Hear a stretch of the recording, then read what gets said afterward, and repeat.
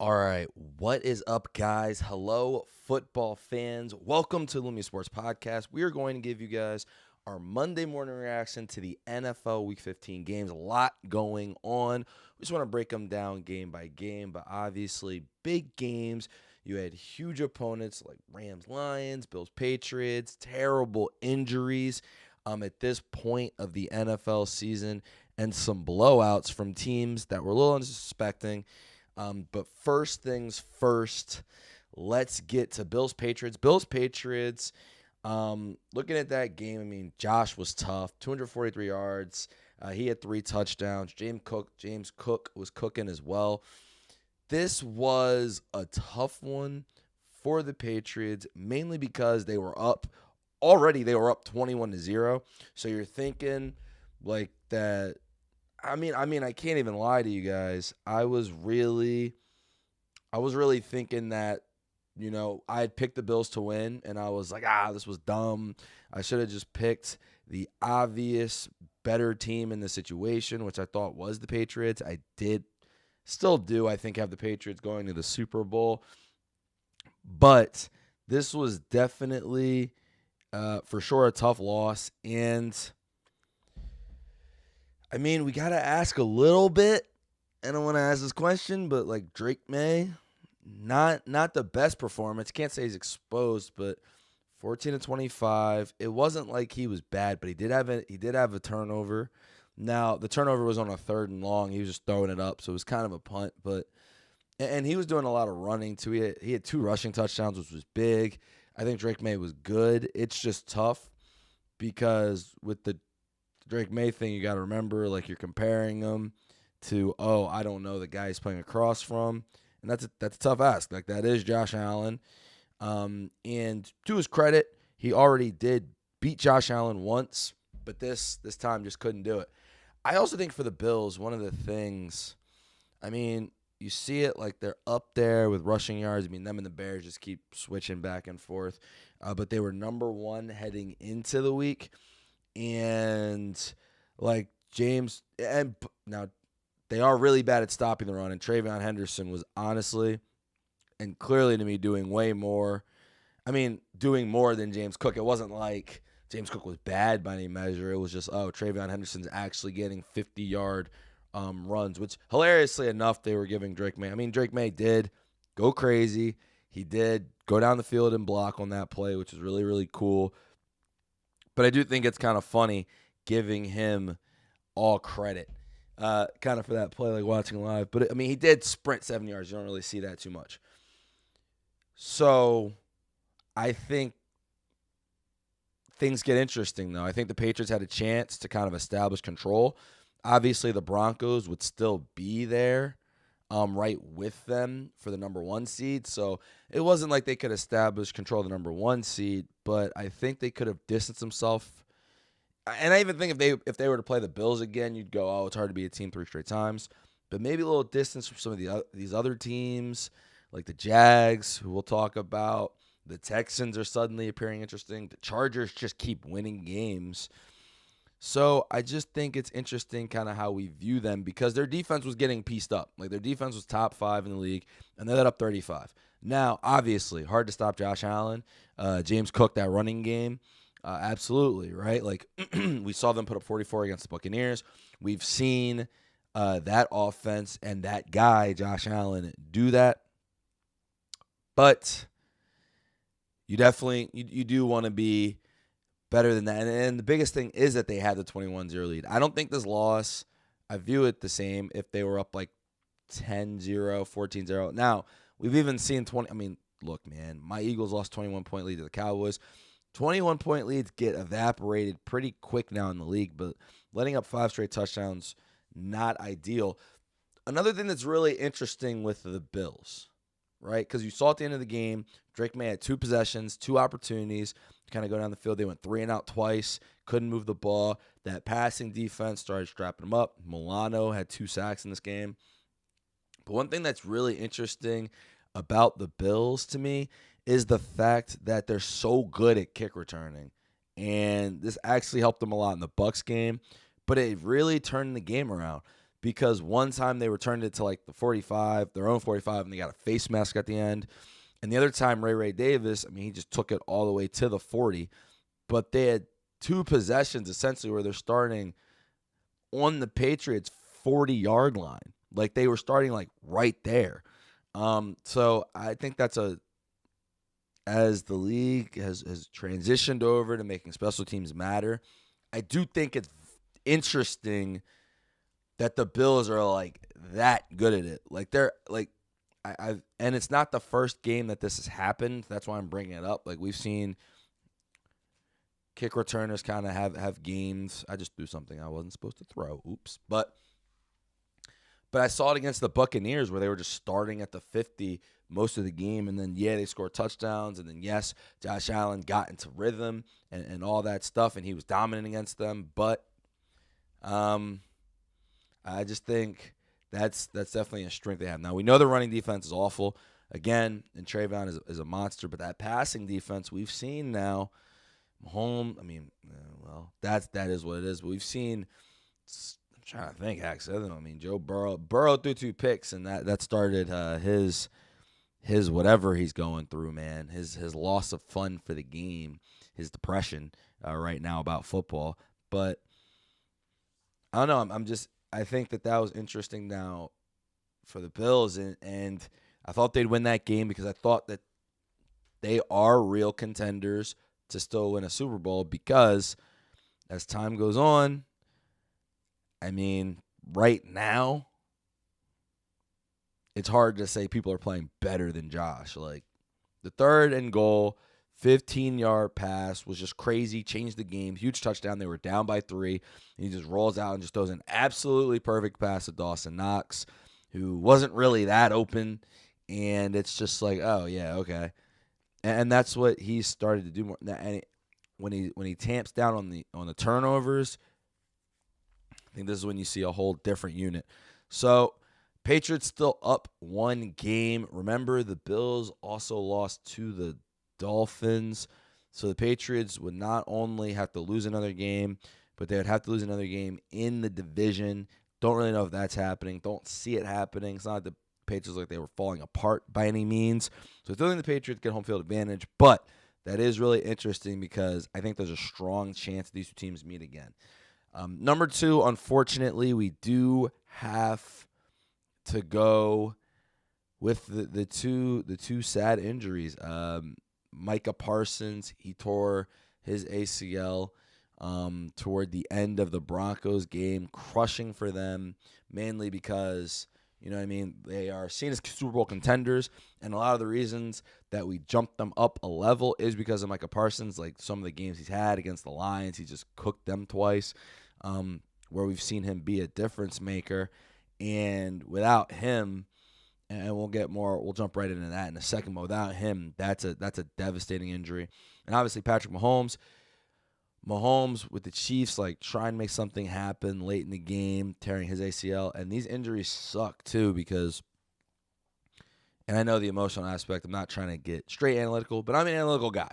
And with these injuries right now, week 15, now I know you can recover quick, but this means that the first half of next year is in heavy danger for both of these guys. Now for Parsons, I think it's a little, in this specific situation, I think the Packers are good enough to where next year he could come back and towards the end possibly have a run, you know what I mean, for the playoffs. But for Mahomes and the Chiefs, they now need to quickly come up with a quarterback option for next year. I think this year they should just go out and tank. But for the first half of next year, so that Mahomes can come back and have an impact. Because, again, with this division, it took a while. Everyone's been saying it for a while. They got Sean Payton in this division now. They got Jim Harbaugh in this division now, 2 of the best coaches, I mean, right now as it looks in the NFL.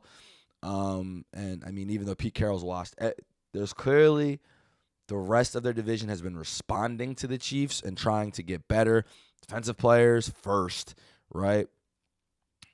And we see with the Broncos, quarterback coach, Chargers coach, like they've upgraded. And so if you were to start off without Mahomes, let's say, and go 2-6, like that could put next year in some real damage. So terrible injury, sucks for both those guys. I got to say, though, Broncos, Packers, also, real quick, because I don't think I'm going to talk about this anymore before I go to Broncos, Packers. It kind of sucks a little bit for Herbert because he was doing things in that game. He was making the plays, and he did end up, he was beating Mahomes before Mahomes got hurt. Obviously, that's not going to be the story, but Justin Herbert sweeping Patrick Mahomes is pretty wild. What up, Matt? We got my man, Money Shot Matt saying good morning. Shout out, Matt. Thank you for joining. Good morning. I got the live chat up for those watching. I'm just gonna do it on my phone. I can't do it on the whatever. I'm too old. I'm unk mode. But I will be responding to the live chat. We love to see you guys up here early in the top of the morning. But yeah, Broncos Packers. What was crazy about that was there were multiple discussions. And I'm not going to say, by the way, I got everything right. I'll point out all the things we got wrong. But we did the picks. We picked Bills Patriots. Me, Lou, and my man Tony Tiger all took the Bills just because veteran experience, Josh Allen. Don't think that they were going to get swept by the Patriots. In this game, I believe we all took the Broncos. And the reason that we took the Broncos is because, well, the reason I took them, I'll talk for me personally, because there's a lot home field. But the reason that I took the Broncos is I was talking to Lou and I was like, okay, right? Hold up. Matt's asking me a question. I will talk about the Eagles after this game because you're in here, Matt. I actually wasn't going to talk about them at all, but I'll talk about them after Broncos Packers. I just want to stay thematically, and then I got you. But I do think so we were comparing Jordan Love to Bo Nix, and I actually said that, and I'll just repeat it, that I think that Bo Nix right now in this moment in time is better than Jordan Love. And the reason I said that is because, and this is going to sound weird, and what I said was, that doesn't mean that Jordan Love won't be better in the future. That doesn't mean that Jordan Love isn't more talented. But there is something to, in this moment, Jordan Love having skeletons in his NFL closet that Bo Nix does not. Guys, Bo Nix, after every game that they win at home, he's become like a rock star. I used to watch Bo Nix at Auburn, right? Even Oregon a little bit. I've never seen him just, this is what he does every game, guys. Every game, arms in the air, like he's a rock star in Denver, and there's a mental aspect to that. And the way that he's playing right now, first off, he doesn't get sacked, but 300 yards, 4 touchdowns, 0 picks. Him and Sutton were just cooking all game, just bombs away. And 4th and 3, they're going for it. He's throwing a bomb to Sutton, just one-on-one. They were cooking all those corners. Keyshawn Nixon was getting worked. Valentine getting worked. And again, and Micah got hurt around the 3rd, 4th quarter, but the Broncos' offensive line is, as far as sacks allowed, the best in the NFL. Sean Payton came there, quickly fixed that offensive line. They don't get sacked, and they have like the most sacks per game of all time. I mean, you could say, honestly, in the trenches, they have even a better advantage than last year's Eagles did, because last year's Eagles could run the football that well. But I don't know, they couldn't get sacks like at a legendary pace last season. Now their defense was more complete. I think the Broncos do let up a lot of points. But just as far as like what they want to do, get sacks, get picks, and the offense flow, like that was an incredible game. And again, Jordan Love, this is why I can't, I'm sorry, all these NFC there's only one kind of NFC. Everyone's saying the NFC is tougher. Jordan Love, I can't take him seriously. I can't. Like, they were up 23-14, and for no reason, he does the Jordan Love shit. Just throws a pick. Like, Watson's, and he got his receiver. I mean, Watson got himself hurt, whatever. But you're up 9. You just got the ball. Your defense is hooping, and he just tries a bomb and throws a terrible interception. Now, to Bo Nix's credit, they went right down the field and scored immediately. I mean, Bo Nix was doing things with his ability to just move out of the pocket, buy that extra time, and then throw it at the last second. I'm telling you, we were all in the pot trying to figure out what does Bo Nix do well. I still don't think we really know, but it's just a lot of quarterback is poise, it's IQ, it's can you read it, and partially your situation. And we can't say he has the best situation. Like, I think the Broncos receivers are cool. I do think, Sutton was cooking them out there. I underrated Sutton. I made a mistake. I said Watson was better than Sutton. Not true. Sutton is better. Sutton is better. Troy Franklin is out there. Ingram. Sean Payton and Bo Nix, though, most importantly, we saw it early in the season, they had no rhythm. Now they have a rhythm, and you just see, like, when they hit that gear, and they always hit it around the second half. That's when they really, really start turning it up. They go crazy and they snap. So I think, again, for Bo Nix to not get sacked, for Jordan Love to get sacked 3 times, I think that's tough. For the Packers' point of view, devastating game. You lose Micah Parsons, and to some degree, you're losing Christian Watson as well for a couple games. So that's really unfortunate. And I'm trying to think, NFC North, yeah, you're right there with the Bears. The Bears can overtake you if they beat you next time, and then you could drop instantaneously to like a 6-7 seed. And I just think with the Micah injury, I think they might be cooked. And it's not just the Micah injury, but it's the fact they're missing now. Micah, Tucker Kraft was huge for them. Again, the receivers always get hurt. So it's definitely rough for the Packers. And I do think Micah was the single kind of thing that made them special. Like, Jordan Love is a really good player, and Jordan Love can be special, right? But he just has so many turnovers, it's hard to trust that. But obviously, other than Jordan Love, Jacobs is good. He's a really good running back, tough runner. But the thing that makes them go up a level to where you think, oh, Super Bowl for this team was Micah Parsons. And so with that being out, I don't know. This team is just cool all the way around, and that's just not how you make deep playoff runs. You got to be great at something without Micah. I just don't know if that defense – we saw them get cooked. They were getting cooked all day. So I don't know if that defense can bite back. Money Shot Matt, we got you, man. Are you feeling better about the Eagles since they're limiting their penalties?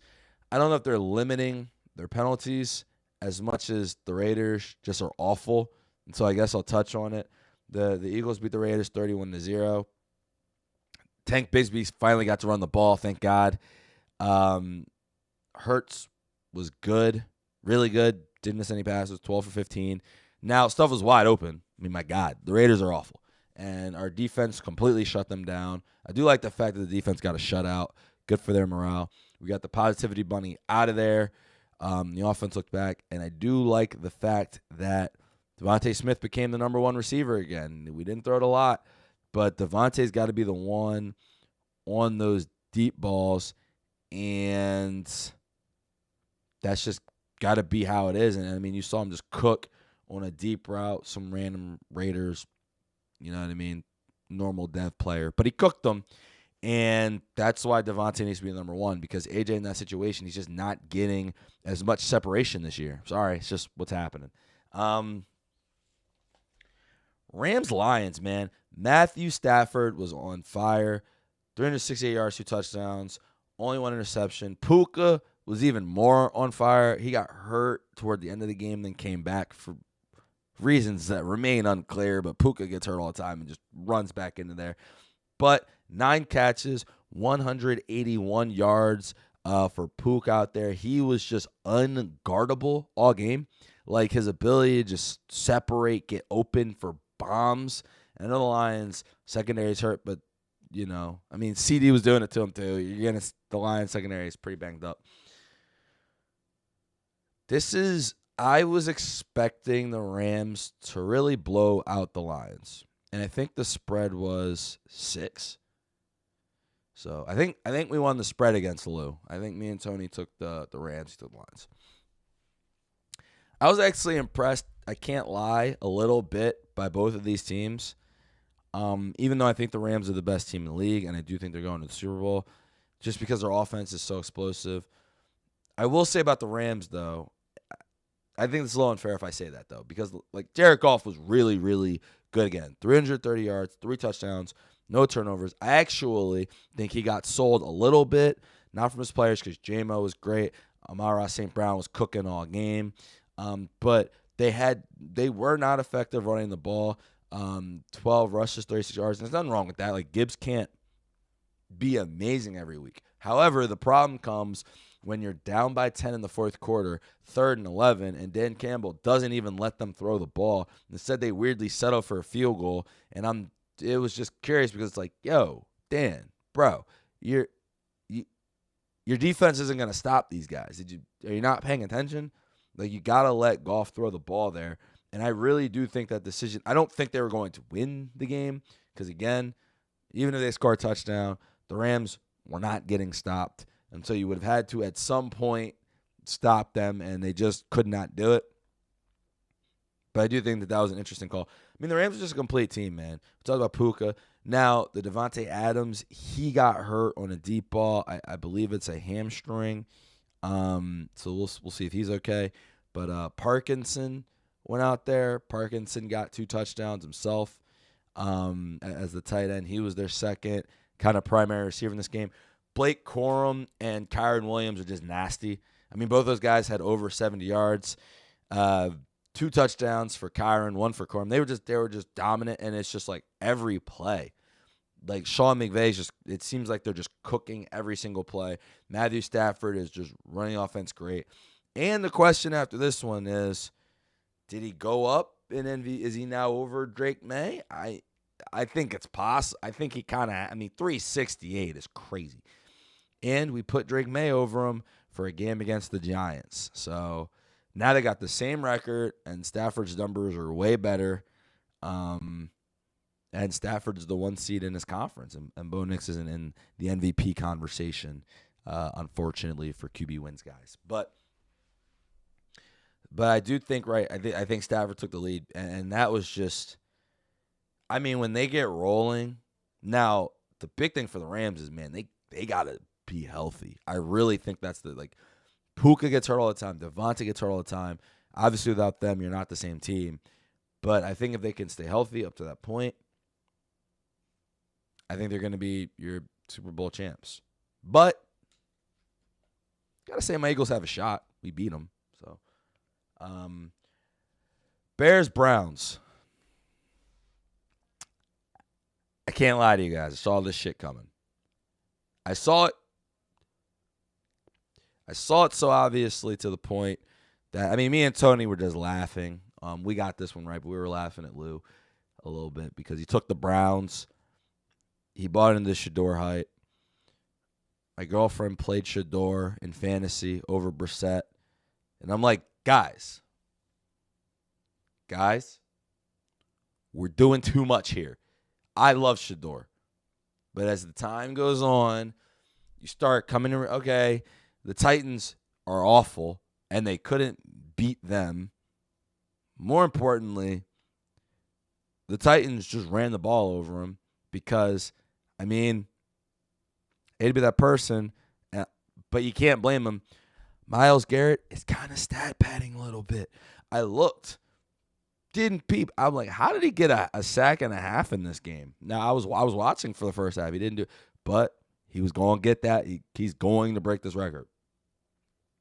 And one of the runs against the Titans, now I can't talk about specifically the Bears, but against the Titans, he definitely was over pursuing, looking for the quarterback, left the hole, and Pollard took off for 70 yards. So, and they're 3-11. Like, who really cares? Go get your record, Miles. You know what I mean? You're fighting for it. But Shedeur being awful, 3 picks, with a coach who hates him against the team who has the most turnovers in the league. Yeah. No, yeah. I saw it on the road. Yeah, yes. It was obvious that Shedeur was going to be bad, that the Browns were going to blow them out. It was clear as day because the Bears, they lost to the Packers, but they're good. And the Browns are awful. And Stefanski needs to go. And until that happens, because, you can't throw picks, but at the end of the day, man, we know what's going on. Ultimately, for the Browns, don't really want to win this game. And Shedeur can't have 3 picks. That's awful. However, I know how he plays. I know their coach. It was just a perfect recipe in going out there and having Shedeur toss a couple picks. I've never seen a more obvious 2-3 interception game. I even told my girlfriend, I'm like, yo, because she's in the fantasy playoffs and I'm not. She's better at fantasy than me. But she was overthinking it. I'm like, why are you playing Shedeur in your playoffs? He's a rookie, and his coach hates him. And the Bears are really good at getting turnovers.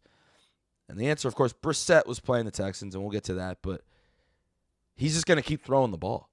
Shedeur is going to try to win. Not that Brissett's not trying to win, but Shedeur is trying to get touchdowns every play. Brissett is trying to be professional.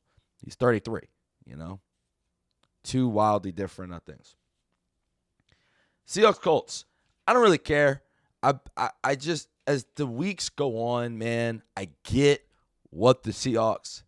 First off, that's wrong. I'm sorry. Phillip Rivers, shout out the bro. Shout out to Phillip J. Rivers.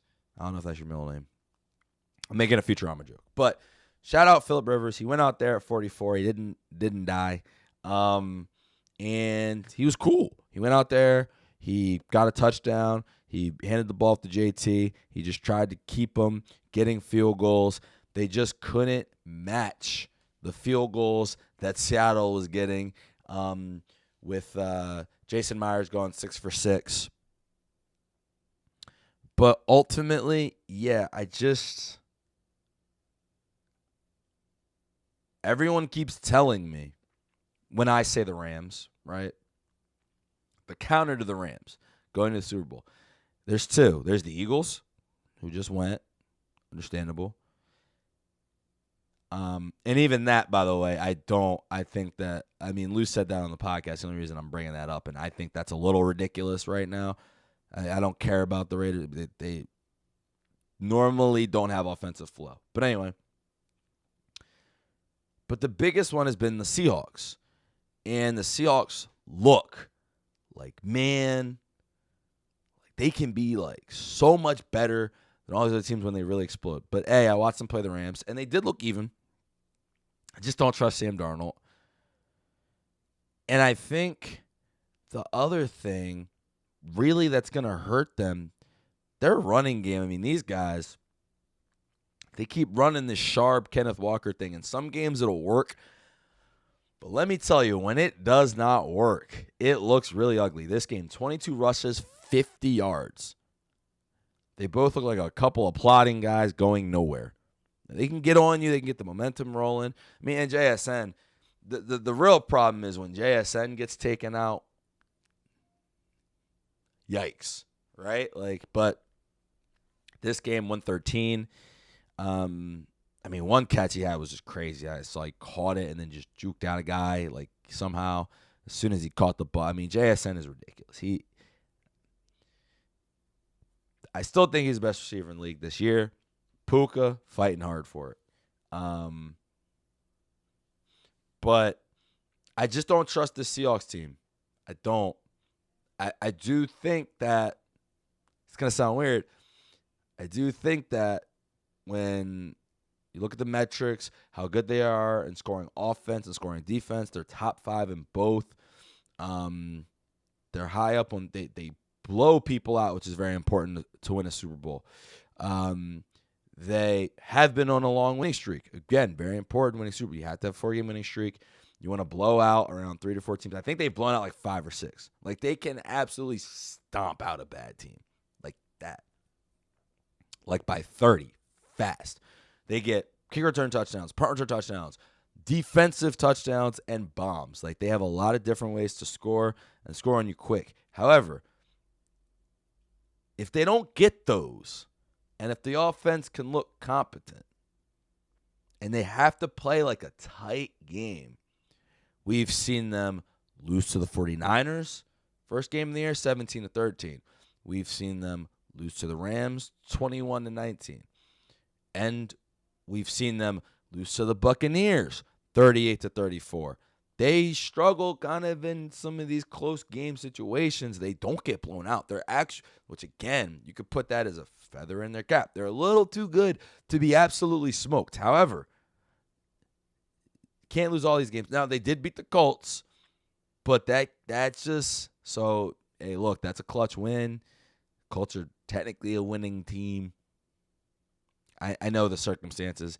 I actually think with Daniel Jones, the Colts win this game with a little bit of offensive explosiveness.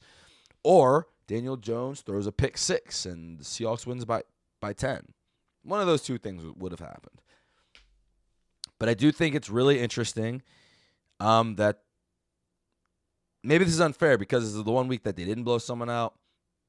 Interested to see them play the Rams. And I just don't fully trust Sam Darnold.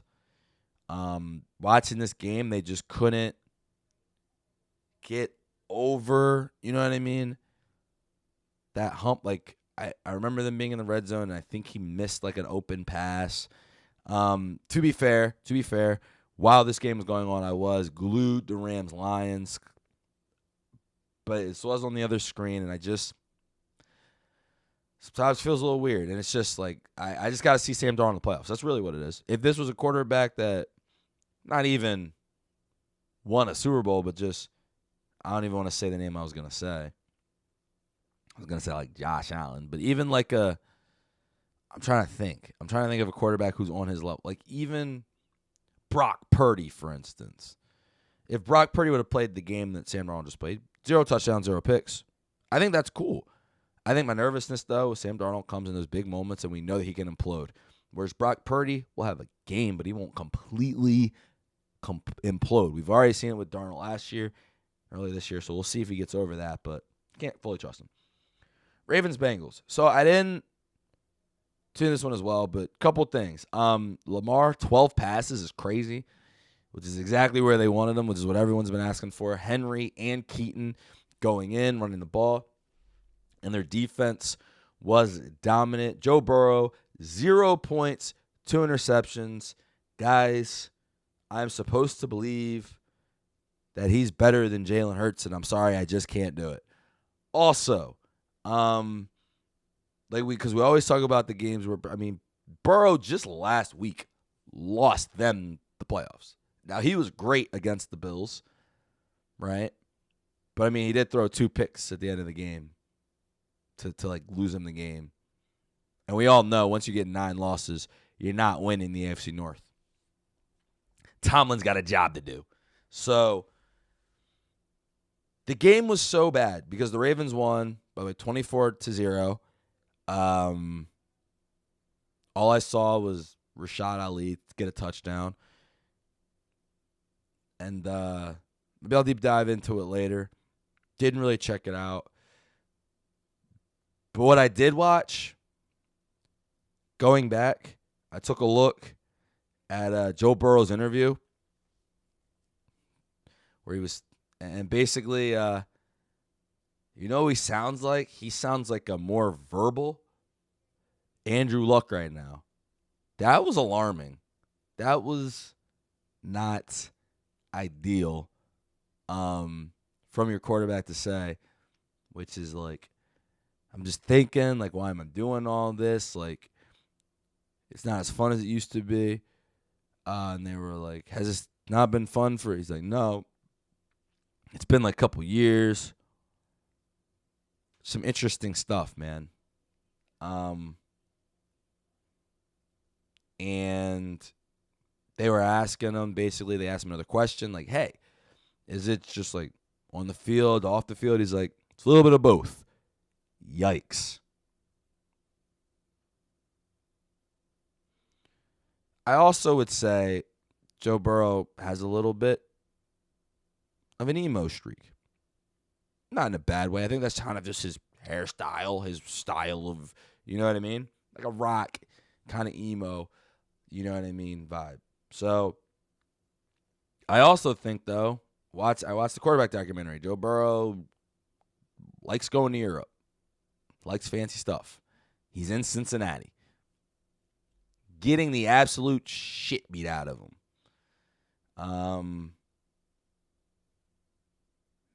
And either he's hurt or one of his receivers is hurt or the defense is just perpetually awful. Now, in fairness, Joe, you chose to be there. Everyone told you to not go to the Bengals if you could. It was actually the first time this was a conversation like, hey, should Joe Burrow choose not to go to the Bengals? And Joe said, I want it. Just like Shedeur with the Browns. Okay. And then he started chiming in about getting Jamar Chase and T. Higgins paid. Now, if they didn't pay them, would they have paid defenders? No. But when you start making those calls, you can't go back and complain about how you're not having fun. You can, you know what I mean, to your friends, your close family, not to the media. Not to the media, sir. I'm sorry. You're there. You're paid. I know you're going through a lot of surgeries. That sucks. It does suck that he's injured. And if he wants to stop because his body is breaking down, look, man, I've never had surgery on like a torn ACL like he has or all these leg injuries. You know what I mean? So I understand. If that's why you want to stop, fine. If that's why you want to stop, do the Andrew Luck and just I don't like this. I don't, because you have started to leap over into making decisions into having partially Jamar Chase here and T. Higgins here. Now, I know T is hurt, but you and Chase, you guys got to choose who you wanted on the team. So, I don't know if this is a Zach Taylor, should Zach Taylor get fired thing. My guess is that it's the surgeries, and unfortunately, all I have to say, Joe, is that's life in the NFL. Yours is more unfortunate because you're injured all the time, and if that's why he wants to step away, I understand. But if he's not trying to step away, and then you say that, and then either way, if you say that, and then you go out there and you put up 0 points with 2 interceptions, people hold you in top 5 quarterback esteem. I've slowed down on that because you don't play the games. And unfortunately, when you don't play NFL games, you get a little rusty. And what we've seen from Joe Burrow over the last 2 weeks is 4 picks. 0 points this week and losing the Bills game last week. And that's tough. Are the Ravens back? Probably not. But they did beat the Bengals, and they're going to be waiting on Steelers-Dolphins tonight. So that's interesting. The AFC South, blowing people the hell out, man. Impressive stuff from the AFC South. The Jags won 48-20. I was stunned by the stats. Trevor Lawrence, 6 touchdowns, 0 turnovers, 380 total yards. I don't care that it's the Jets. I really don't. That's incredible. Like, we've seen the Jets be good against the quarterbacks. Jacoby Myers seems to have, this is what the group chat told me, Nell and Tony Tiger. But Jacoby Myers, man, he's unlocked Trevor Lawrence. Dude's a new guy. I also think early in the year, you saw the screaming matches. You saw the misconnections. But I think that Liam Cohen and I think this offense, as you're seeing the Jags offense continue to just, yes, last week Daniel Jones got hurt, but they put up 38. Like, putting up points is always impressive to me. And 48 is crazy. That's a crazy number. And as we've seen the Bucs offense, right, go down, which is where Liam Cohen used to coach as an offensive coordinator, the Jaguars offense just keeps going up, man. And it's we like you're kind of seeing with the Broncos offense, like these good offensive coordinators. We're seeing it. The offenses are now picking up in a big way, and I thought that was really impressive. Texans smoked the Cardinals 40-20.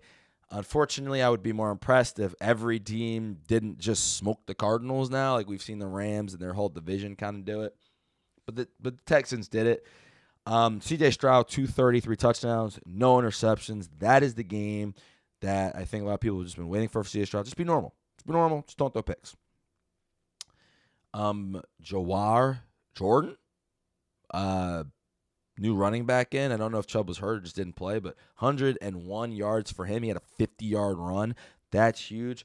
Texans defense don't even care about 20 points. I mean, they were up like that, and they knew they were going to win the game. But Brissett can play, man. He's just going to keep completing these passes and eventually get in the end zone doing it.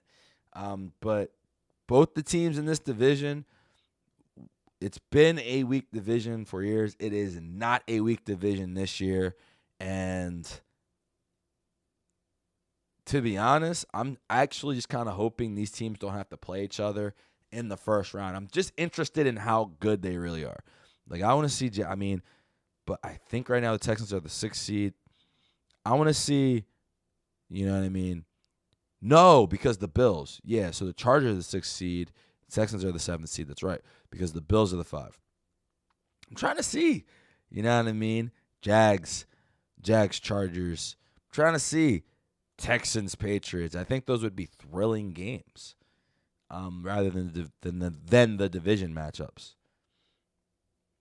The NFC South is just a mess. I mean, we know that the Bucs lost to the Falcons. I actually didn't watch it live, but I rewatched it. And just the fact the Falcons had 2 fumbles that the Bucs could have recovered and that they didn't. The Bucs could have actually just ran the clock down, and there would have been like a minute 20 on the clock. Instead, they're throwing the ball. When the Falcons there's 2:20 left, and the Falcons had no timeouts. You run it twice, you get 120, and the Falcons, of course, end up kicking the field goal with like 0 seconds left. And I was actually looking at the clock, like 40 seconds, possession probably would have been over. They also let up a 4th and 14 because the cornerback doesn't get depth. A mess.